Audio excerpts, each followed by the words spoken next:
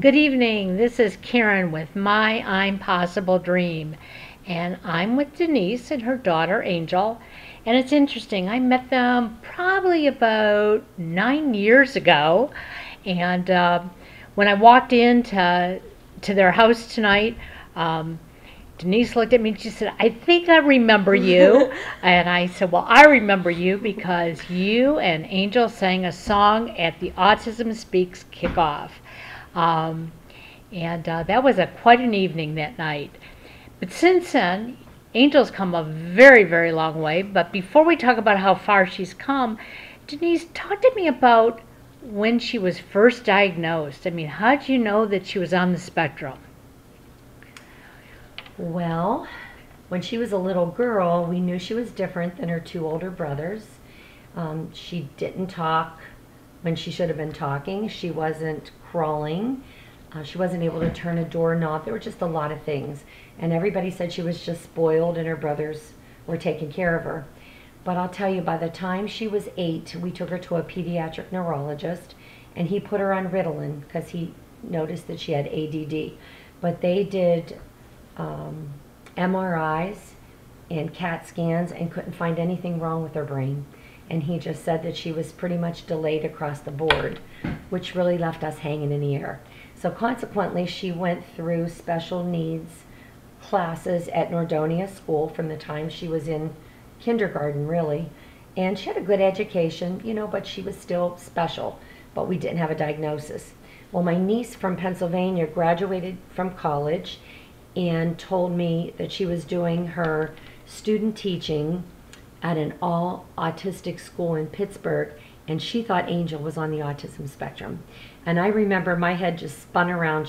We were in my brother's car driving to my niece's wedding down south, and I remember my head spinning around and saying, autism? She never stops talking. Because we had the idea that if you were autistic, you didn't talk. Right. And you just banged your head on the wall. Yep. And, it was like, wow, let's get her checked out. So we took her, by the way, she was between 13 and 14. She was probably 13 and a half at this time. So we took her to Catholic Charities in Newcastle, Pennsylvania, which is where we're from, and they diagnosed her immediately on the spectrum. But because she was in high school here in Ohio at Nordonia, somebody advised me, I don't even know who it was, to go to the Blick Clinic in Akron. And when we took her there, they conferred that she was on the autism spectrum. I was the happiest mother in Ohio because I finally had a diagnosis. Isn't it interesting that sometimes just that diagnosis, that label, makes you feel so much better? Absolutely. Absolutely. So now that you knew what you were dealing with, what kind of treatments at that point? Well, at that point she was involved at the high school and she was doing well and singing at choir at church, and that's her thing. I mean, Angel she reads, but she listens to music and she'll memorize it. She knows the tune, she knows the words. It's incredible. She's been like that since she was probably 3 years old. She'd hear a Christmas song and the next day she'd be singing it. So that is her strength right there, and she really excelled. She was in choir in high school and choir at St. Barnabas, and we were happy. But then my sister in Pittsburgh, one of my younger sisters, told me that she was going to walk for autism in Pittsburgh because one of her friends from high school got married, moved to Pittsburgh, and had a son on the spectrum. And I think Johnny was just a little bit older than Angel. And she said, Denise, join us. So we did. We got our Johnny's Angels t-shirts, went to Pittsburgh and walked with them, and I knew I was addicted right then. And they introduced me to the person in charge in Pittsburgh, and she called me about a week later and said, Denise, I'd love to bring Autism Speaks to either Cleveland or Akron. Would you help me do it? And I said, absolutely. She said, what do you prefer, Akron or Cleveland? I said, I live in Macedonia because that's where I was at the time. So we're at equal distance between the two, Right. bedroom community. And we all met over at the, I forget what it's called now, the Jewish Center Okay. in Beechwood. Uh-huh. Starts with an M. The Mandel Center. No. No? Something else. It'll come to me. Okay. I want to say like the Mennonite. Sounds like that, but it's not Mennonite. Okay. But anyway, that's where we met with a small group of people, and we just blossomed. And before you know it, we were organizing our first walk here in Cleveland. And How we remained wonderful. active with the walk here in Cleveland for, how many years has it been now? 8 or 10. This is our 10th year. Not in coming up. Cleveland, though. I think it's 8. No, we're Is it celebrating 10. Yep. Is it 10? Yep. Okay, then we have been active for about 8. Okay. I'd say the 7th year we started to drop off a little bit. We have 10 grandbabies now. Oh, so wow. our lifestyle is a little Yeah. different. And yeah, so that's about how long. Probably 7 years we were very active, and always had the biggest team for the walk. And then 2 years ago we were out of town. Last year we were out of town for the walk, and this year we have a wedding out of town in South Carolina. It's going to be the 2nd year in a row that we haven't walked for autism. But next year we plan to get right back to it, unless we have another wedding out of town. Right, babe? Well, but you support the organization. I absolutely and do. you bring awareness, and Yes. that's really, really important. So they always say that the earlier the diagnosis, the better. However, I've seen Angel, like I said, I saw her, at the kickoff. I've seen her at a couple of walks. I've actually seen her in the community as well. Okay. And when you look at Angel, you have no idea she's on the spectrum. Right. And I know that's one of the questions as a parent myself. I don't like when people say, well, you don't look like you're on the spectrum, because what does that really mean? Yeah. Because we all look different. Sure we None of do. us look like we're on the spectrum, off the spectrum, whatever. Absolutely. And we all have quirks. But I'm impressed that she's doing what she wants to do in her life. And I think people need to be more aware of that. You have a job, right, Angel? Yeah. Where are you working? At Wendy's. You work at Wendy's? Yeah. Do you like it? Yes. Yeah. And I understand people actually bring you presents at Wendy's. Yes.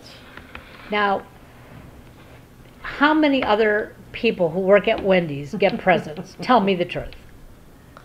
Nobody else does except me. And do you have any special reason why you think they bring you presents?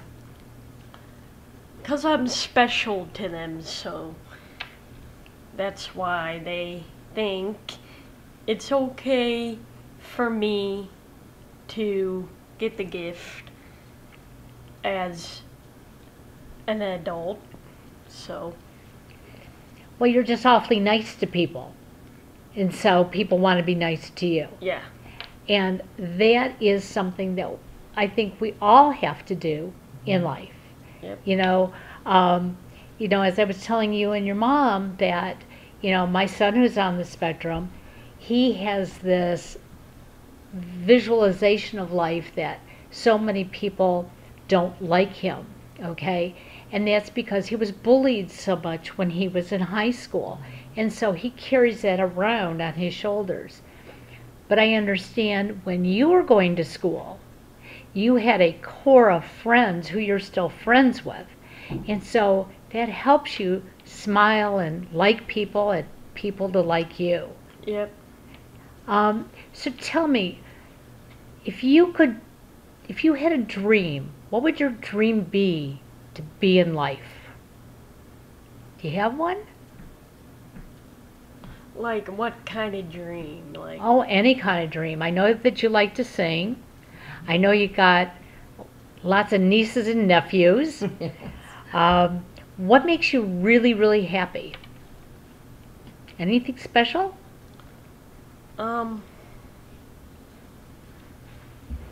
what could I say? I know you love to shop.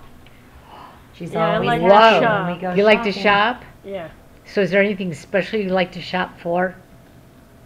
Purse, underwear. You're a real girl. Yeah. And I know what else. How about CDs? You have about 2 CDs. million. Whoa. So what's your favorite music? Let's go there. Well, I like any kind of music. Country, Madonna, Bobby Vinton. Bobby Vinton, She knows Carrie all his Underwood. songs. Well, you are really widespread there. She is. Yep. That is, Carpenters. wow. And That is, Christian music, Yep. right? and you're singing in the choir. Yeah. Okay. How long have you been doing that? Forever. Forever. Forever? Probably. Forever. So 19 the other thing your mom had brought up is that one of your biggest strengths is that when you hear a tune, you know it, you're right on key, and that is what you do best. Yep. My son is the same way. His uncle is a music producer, and Alex does not rehearse his music out loud. He rehearses his music in his head, and then he walks into the studio and just performs. Wow. So I understand what you're saying about her understanding the music Yeah. and perfect pitch. That's part of being on the spectrum. Absolutely. It's having those special talents, Talents. and people need to recognize Yeah. that that is a strength that can provide lots of possibilities in your She- life. You know, Karen, she's very observant and always has been since she was a little girl. Like, she's looking at you tonight. If she sees you in 2 months and you come back here and you don't have your glasses on, she'll say, Karen, where are your glasses? Or, you got new glasses. Or, you have different color eyeshadow on. I mean, she leaves people speechless. Or she'll notice that, I don't know, the wall in your room isn't red anymore, that you changed it to blue. Very observant. It's kind of amazing. Things that you and I would never notice, she does. Well, that's another strength. You know, the more young adults I've been talking to, I'm finding that even though there are other people in society who may think that they don't fit, that they can't do certain jobs, they can. But we have to listen to what their strengths are. Right. The fact that you are that observant, there are so many opportunities in life for you. Things that I probably could never do because I'm not that observant. You know, I look at the whole picture and I see bits and pieces of it, okay? Me too. So I'm hoping that when people hear your story, when they meet you or meet someone like you, what they're going to do is they're going to look at you a little differently, Yeah. and they're going to be more open, and they're going to be willing to talk to you before you even talk to them. That's what this is all about. We also need to address Mom, because Mom has put her whole life into you. And one of the things that I've learned for the last 19 years since Alex was diagnosed is that my life really has not been my life. It's been Alex's life. And the community doesn't understand that. Sometimes we get ridiculed for it, you know. And I'm sure you probably have too. Can't you let Angel just do things on her own? Absolutely. And you know her better than anybody else. And I'm sure there are days that you would like her to do things more on her own. Yes. But if she can't, she can't. So that's where the community comes in. They need to be able to step in and help when you can't do it, or for the day that you and I are no longer here to do it. We need to find options. We need to find opportunities. And that's something that we haven't addressed because we've been looking at the children on the spectrum. And these are adults now. They are adults. Our kids have grown up. You're absolutely right. And we have many adults who are on the spectrum who've never been diagnosed and have been treated as if, they are mentally ill. I was introduced to a man a couple months ago. His sister-in-law called me. They're from Michigan, and he had been living with their parents down in Florida for years. He had been treated basically like he was mentally retarded his whole life. And he knew that wasn't what was wrong with him, but the family just expected that the parents would take care of him, and as the parents aged, he was sort of capable to take care of them. When the parents died, the family was worried, what do we do now? And he was going to stay in Florida. He felt capable. And they said, no, we got to move you back up to Michigan. He came back up to Michigan. One of the sister-in-laws decided that she thought maybe he was on the spectrum. She knew he wasn't mentally retarded. She had him diagnosed. He's Asperger's. Wow. With that diagnosis, he turned his whole life around. He has his own apartment. Yes. He's working part-time. Great. He's socializing. And here he is in his 50s having a life. Awesome. So there are opportunities, there are possibilities. Absolutely. Never too late. Never, ever too late. That's right. And it's not too late for you and me either, No, it's not. because we need the community now to start stepping in. Absolutely. I know that Angel has some services. Yes. So talk to me about the services, because some people don't even know there are services. I didn't. I would say probably 7 years ago, if you talked about the provider service, I had no clue what that was. And Angel's SSA kept telling me that I should fill out the paperwork for this provider service, and it would get her involved with her friends. And I said, but Angel is involved with her friends. I pick the girls up all the time. I take them places. I bring them home. I let them come and spend the night, sometimes the weekend at our house. And she does have friends. But Judy kept mentioning it. And finally I said, okay, tell me about it. And then she told me that with the provider service, you have somebody that you hand pick out of a group of providers that have been sanctioned or licensed by the state of Ohio, and you pick that provider that is suitable for your child, and that provider, I believe, takes them out once a week for 5 or 6 hours, and they are paid through the county, but whatever you choose to do on that evening, we are responsible for paying Angel's portion. Sure. So therefore, Angel goes to Indians games, she goes to Steeler games, Browns games, concerts, to the mall, out to eat, bowling, whatever they plan to do from week to week. And she's usually with another young adult.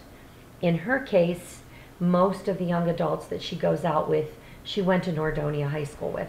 But there are certain people like Victor and Danny and Jimmy, mostly boys, but there are a few girls too, I can't remember their names, that Angel has been introduced to through this program, and she looks forward to it every single week. We absolutely love it. And you know what? It gives Dave and I a date night, and we are not worried about her at all. She's with 2 licensed adults who love her like she's theirs. It's awesome. Very, very awesome. We think the world of Sue and Ronnie, and Angel can't wait to see them every week. Right? Yeah. So that's an extension of your family now. I would so advise anybody that has a special needs young adult to get involved in that program. And you mentioned that Angel has a boyfriend. She mentioned it first. Yes. My bad. So that's something that I think is wonderful, because what you're telling me by saying that you have a boyfriend is that even being on the spectrum, you can have feelings like everybody else. Amen. Yeah. And so I want people who are listening to this to realize that when they read the documentation out there and it says people on the spectrum have no feelings. They have no emotions. Wrong. Absolutely wrong. In fact, I have a son who is starving for affection and friends and emotions. So, you know, it's possible there are some that don't have those feelings, but you don't have to be on the spectrum not to have those feelings. That's I know a lot correct. of other people that don't have those feelings as too. well.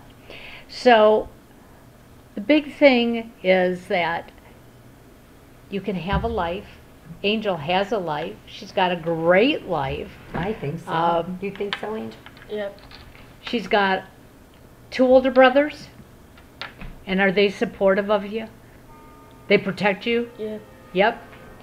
And how many And she has 2 stepbrothers. and you have 2 stepbrothers. Wow, big family. Yeah. And how many nieces and nephews do you have? 10. 10. Wow. I And keep about 25 aunts and uncles. Seriously. all over the And place. 45 cousins. Big, Yeah. big Italian family. Big Italian family. So when you all get together, you can't even hear anybody talk, I bet. You're absolutely Yep. right. You can hear everybody just all at once. All at once. That sounds terrific. Yes. And you have a stepdad? Yes. Yep. And I figured out his name is Dave because I heard your mom Yeah. mention it. Yeah.